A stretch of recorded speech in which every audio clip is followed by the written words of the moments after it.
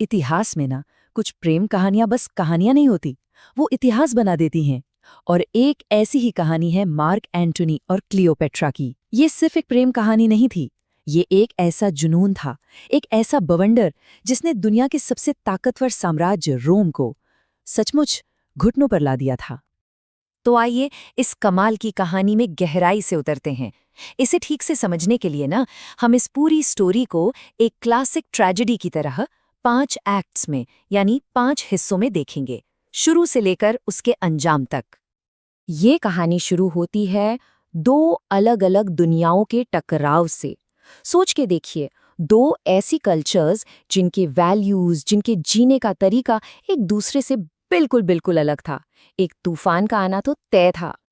देखिए, एक तरफ था रोम, जहां सब कुछ डिसिप्लिन, ड्यूटी और ऑर्डर के हिसाब से चलता था, एकदम सख्त। और दूसरी तरफ था इजिप्ट, जहां जिंदगी का मतलब था प्लेजर, पैशन, ऐशो आराम। तो ये सिर्फ 2 देशों की लड़ाई नहीं थी, ये तो 2 सोच, 2 जीने के तरीकों की टक्कर थी। तो रोम के तरफ से थे मार्क एंटनी, एक जाना माना जनरल, रोमन एम्पायर के 3 रूलर्स में से एक। लेकिन एंटनी की शख्सियत में एक अजीब सी बात थी। वो दिल के बहुत अच्छे थे, लोग उन्हें पसंद करते थे, लेकिन उनका जुनून, उनका पैशन उन पर हावी हो जाता था। और यही जुनून उन्हें अपनी ड्यूटी से, अपने एम्पायर से बहुत दूर इजिप्ट ले जाता है। और फिर आती हैं इजिप्ट की क्वीन क्लियोपैट्रा। वो सिर्फ खूबसूरत नहीं थीं, बल्कि बेहद चतुर, एक पावरफुल रूलर थीं। वो अपने अट्रैक्शन को एक पॉलिटिकल टूल की तरह इस्तेमाल करना जानती थीं। लेकिन उनकी सारी समझदारी, उनकी सारी ताकत एंटनी के लिए उनके प्यार के आगे कमजोर पड़ जाती थी। उन्हें हमेशा डर लगा रहता था कि कहीं एंटनी उन्हें छोड़ ना दे।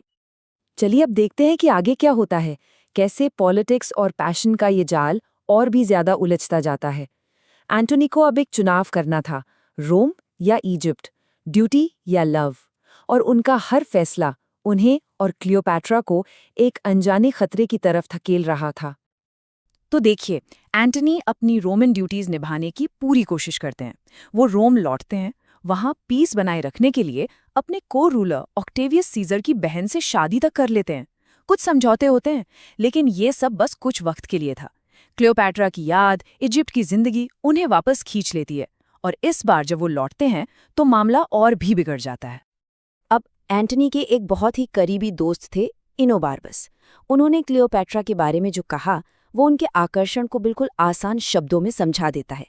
उनका कहना था कि वक्त उनकी खूबसूरती को कम नहीं कर सकता।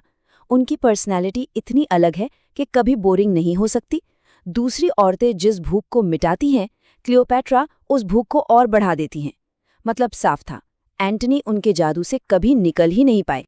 और फिर उन्होंने वो कर दिया जिसे रोम ने सबसे बड़ी गुस्ताखी माना।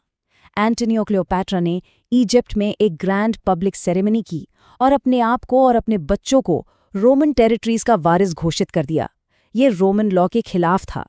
सीजर के लिए, जिसकी बहन से एंटनी शादी कर चुके थे, ये एक धोखे से कहीं ज्यादा था। ये जंग का ऐलान था। तो अब इन सारे टेंशन्स का नतीजा एक ही हो सकता था, जंग। और ये जंग लड़ी गई समंदर में, जिसे हम जानते हैं बैटल ऑफ एक्टियम के नाम से। ये the point of no return था, एक ऐसी लड़ाई जो इन दोनों लवर्स की किस्मत हमेशा के लिए लिख देने वाली थी। अब देखिए, एंटनी के जनरल्स उन्हें बार बार समझा रहे थे कि समंदर में मत लड़ो। क्यों? क्योंकि सीजर की नेवी उनसे कई ज्यादा बेहतर थी। लेकिन एंटनी ने किसी की नहीं सुनी।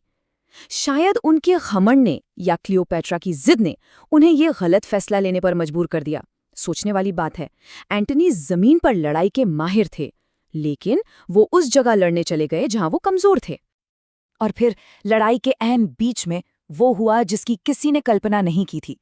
क्लियोपैट्रा अपने 60 जहाज़ों के साथ अचानक लड़ाई छोड़कर भाग जाती हैं। क्यों? ये आज तक एक रहस्य है। लेकिन उससे भी हैरान करने वाली बात ये थी कि एंटनी उन्हें जाते हुए देखते हैं और अपनी पूरी सेना को, अपने लोगों को वहीं छोड़कर उनके पीछे चले जाते हैं। बस एक पल में उन्होंने अपना सम्मान, अपनी सेना, अपना सब कुछ अपने प्यार के लिए कुर्बान कर दिया। एक्टियम की हार के बाद चीजें बहुत तेजी से बिगड़ती हैं। एक ऐसा डोमिनो इफेक्ट शुरू होता है जिसमें सिर्फ गलतफहमियां, मायूसी है और आखिर में मौत। एक और छोटी लड़ाई हारने के बाद एंटनी बहुत गुस्से में थे। उनके गुस्से से डरकर क्लियोपाट्रा अपने मकबरे में जाकर छिप जाती हैं और वहां से वो एक झूठा पैगाम भिजवाती हैं एंटनी के पास कि उन्होंने सुसाइड कर लिया है। शायद वो बस उनका रिएक्शन देखना चाहती थीं, लेकिन ये एक ऐसी गलती थी जिसकी माफी नहीं थी। अब सोचिए, एंटनी को लगा कि क्लियोपेट्रा मर चुकी हैं, उनका प्यार खत्म, उनका सम्मान पहले ही जा चुका था एक्टियम में। तो एक रोमन जनरल के पास जीने के लिए क्या बचा था?